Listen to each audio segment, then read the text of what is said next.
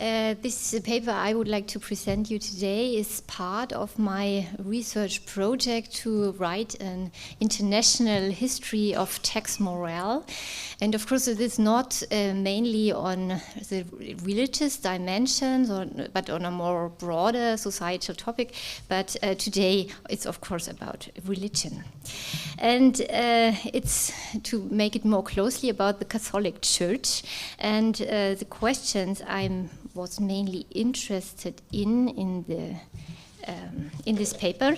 This is just to show you also my case studies of this huger project and also of the paper today. So the aim is to compare the tax morale in the US and Spain and in Western Germany during the 1940s and until the 1980s.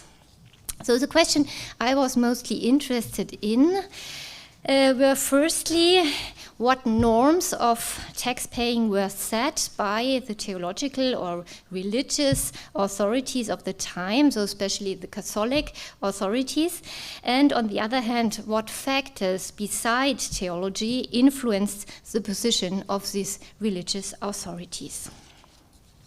So to give you a little agenda of my talk, I first want to give you a very brief introduction about the Catholic Church and tax paying and ask if there was in a way centralized position in the centralized church, and then go to my three case studies where I selected three priests or religious authorities and their writings, and then come to my conclusion. So the first part, Catholic Church and tax paying, was there a centralized solution?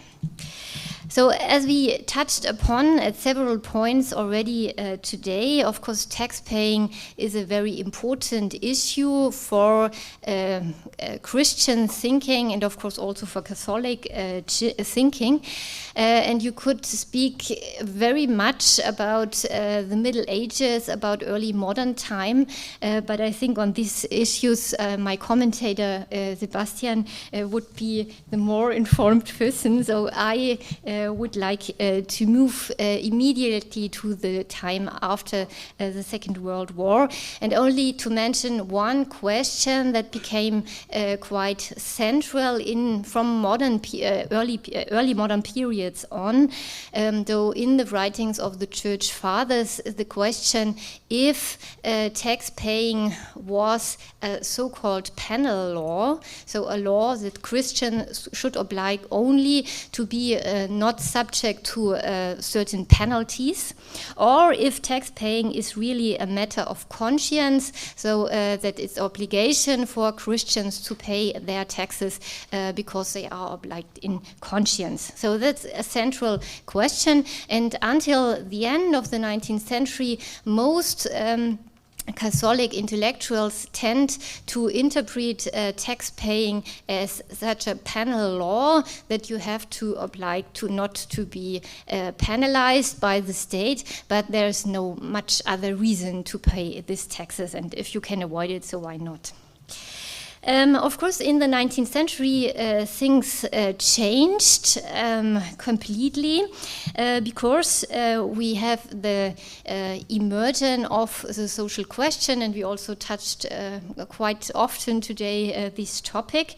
And the first time one of the popes really stepped into this topic was the encyclica Rerum Novarum in 1891, where the Pope elaborated that this social question was becoming very important, and that of course the state has to intervene in a way and to provide some welfare, some public welfare also for the poor.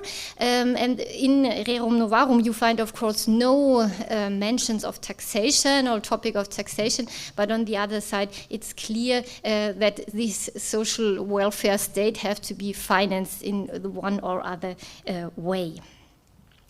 And of course, it's also a question of the coming up of the modern state and also of democratic or at least representative states, because the old argumentation that the legislator not even expect the citizens to follow the law and to pay the taxes honestly become, of course, very weak in the moment where the modern state became more strongly, and of course, it's difficult to argue that the modern state would not expect its citizens to obey the laws.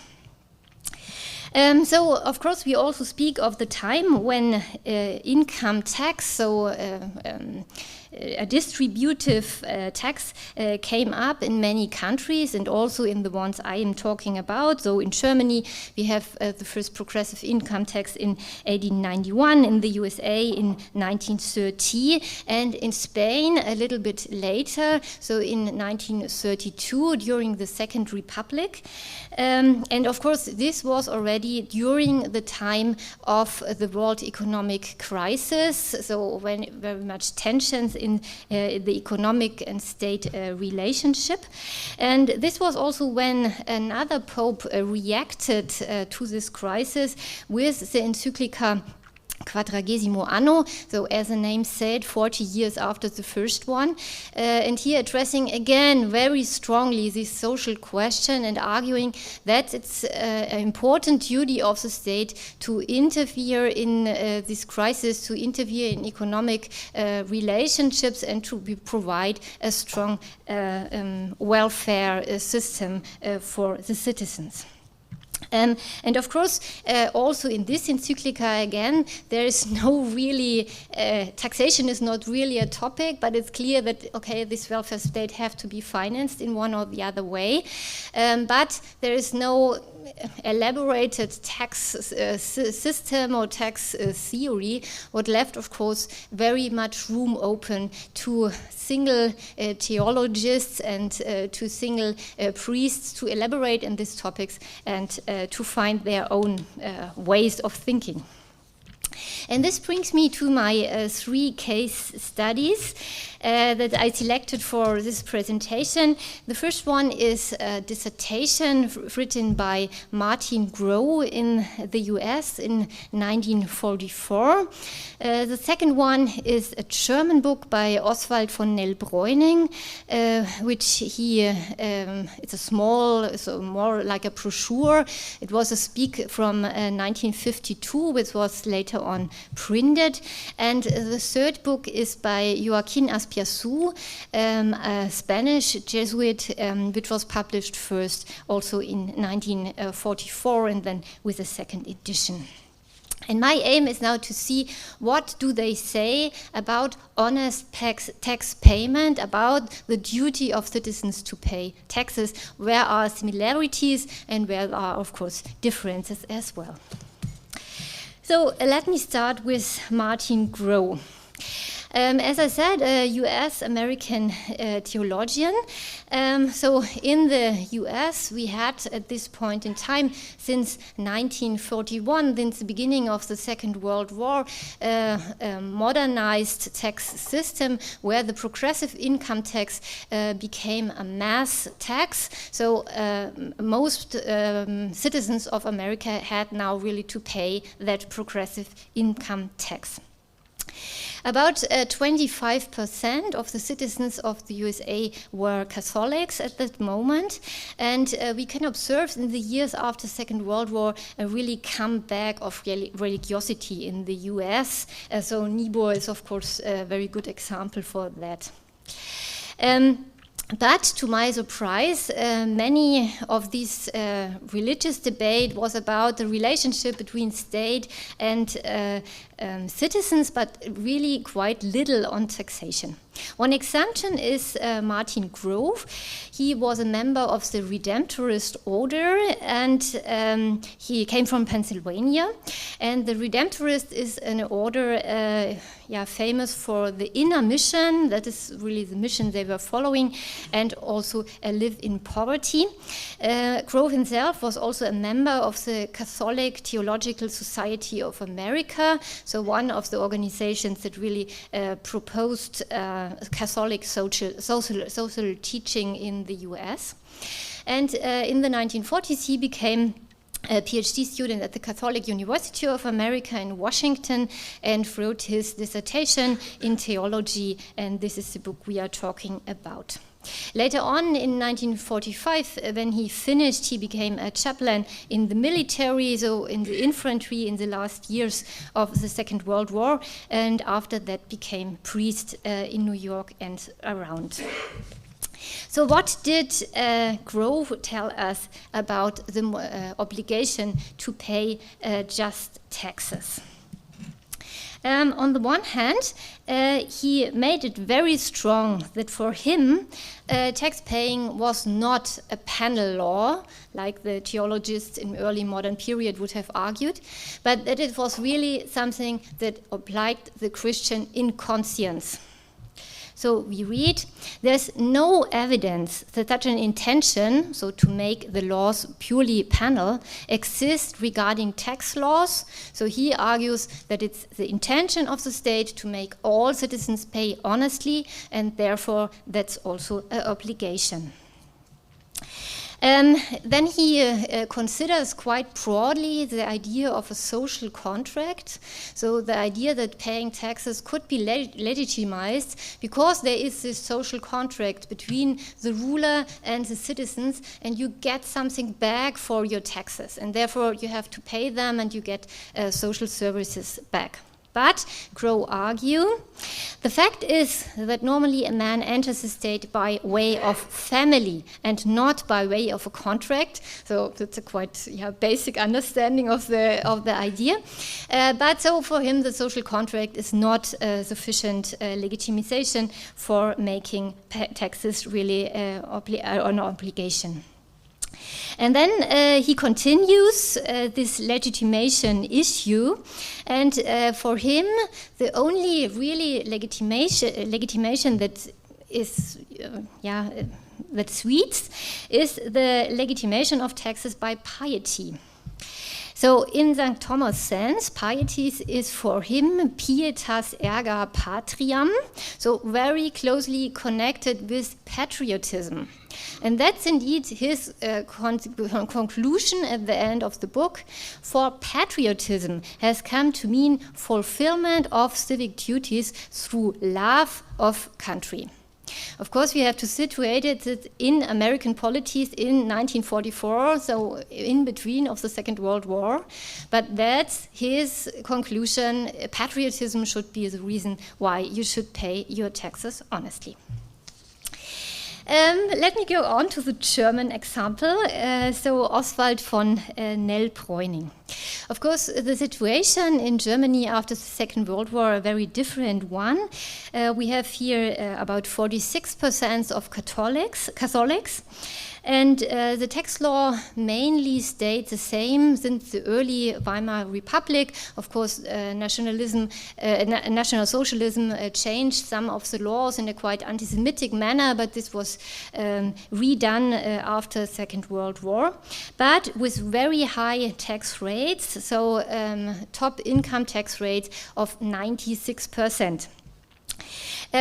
Of course, there was much observations in the media that this was maybe the reason why tax morale in Germany was so awful bad, and that all people were evading their taxes where they could.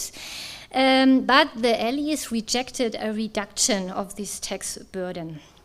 The consequence was that the German government, since 1948, introduced a lot of possibility for evasion of taxes and also for allowances and exemptions and so on, to enable a capital accumulation, which was considered to be very important for the economic miracle, for the economic going up again.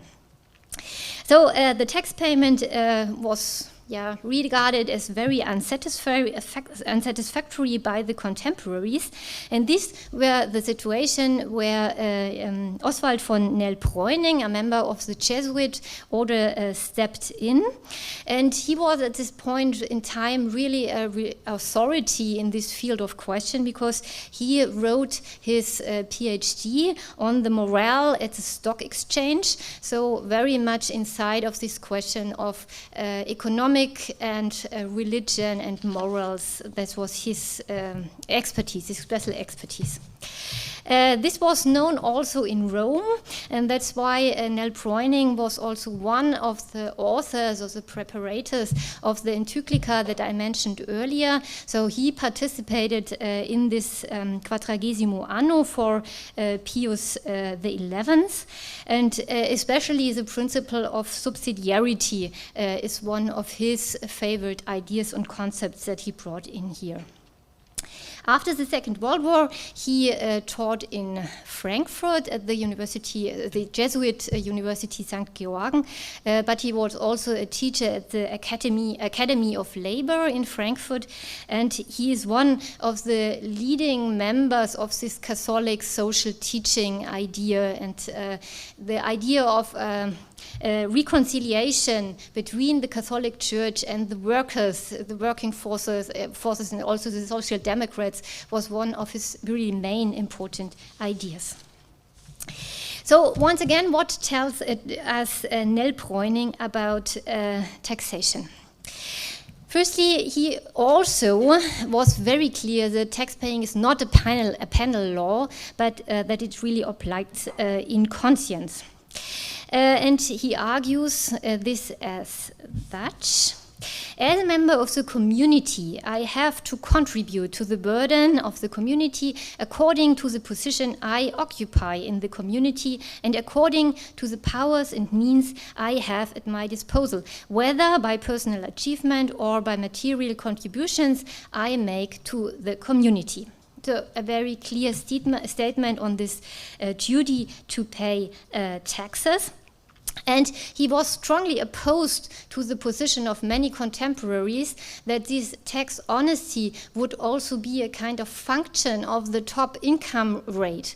So he said it's not possible to say, okay, the taxes are so high and so I am allowed to evade them. That doesn't work, but that's really a duty I have towards the community, and so I have to pay them. It doesn't matter how much this rate may be. And he argues also that in times of the deduction at source of income tax, you also cannot argue everybody does so I'm allowed to do so too, because many workers or wage owners didn't have the opportunity to withdraw their taxes. And so for the others who had the opportunity, it was, of course, not okay to really use them. He argued then that, of course, modern societies were democracies and citizens therefore were parts of it. And tax evasion, he also argued, was also a distortion of the competition, so important for the capitalistic market system. And so if you evade taxes, you, this competition is not able to work anymore. And so it's also a reason why it cannot be allowed. If you come along to realize that one of the tax laws is unjust or unfair, then it's your duty as a citizen to try to change these laws by democratic means, but it's not a legitimization for evade the taxes. And the last argument he offered was that the Catholic Church itself was also profiting from the system due to the Kirchensteuer, so church tax.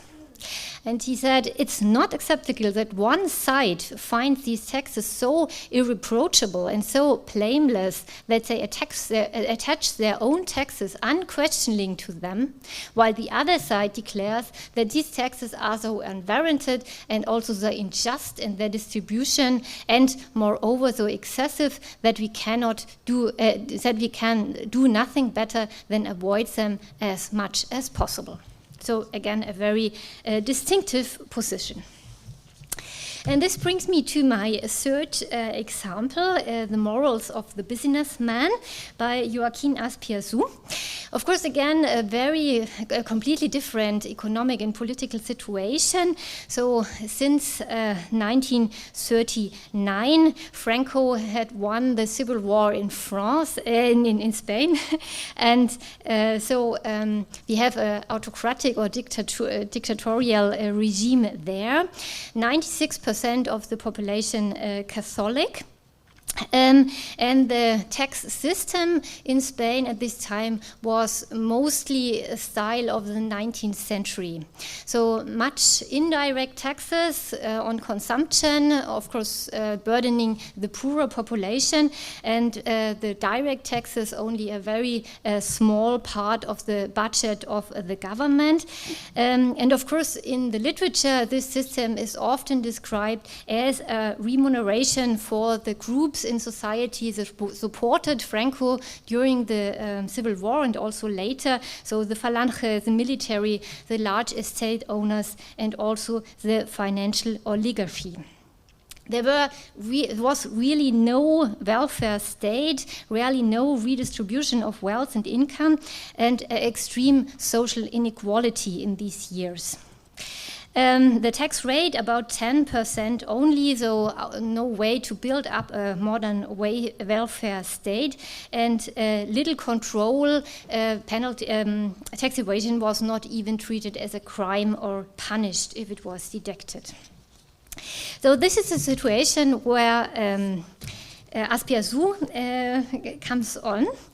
And he was a member of the Jesuit order as well, and did his PhD in 1921 at the University of Deusto in Bilbao.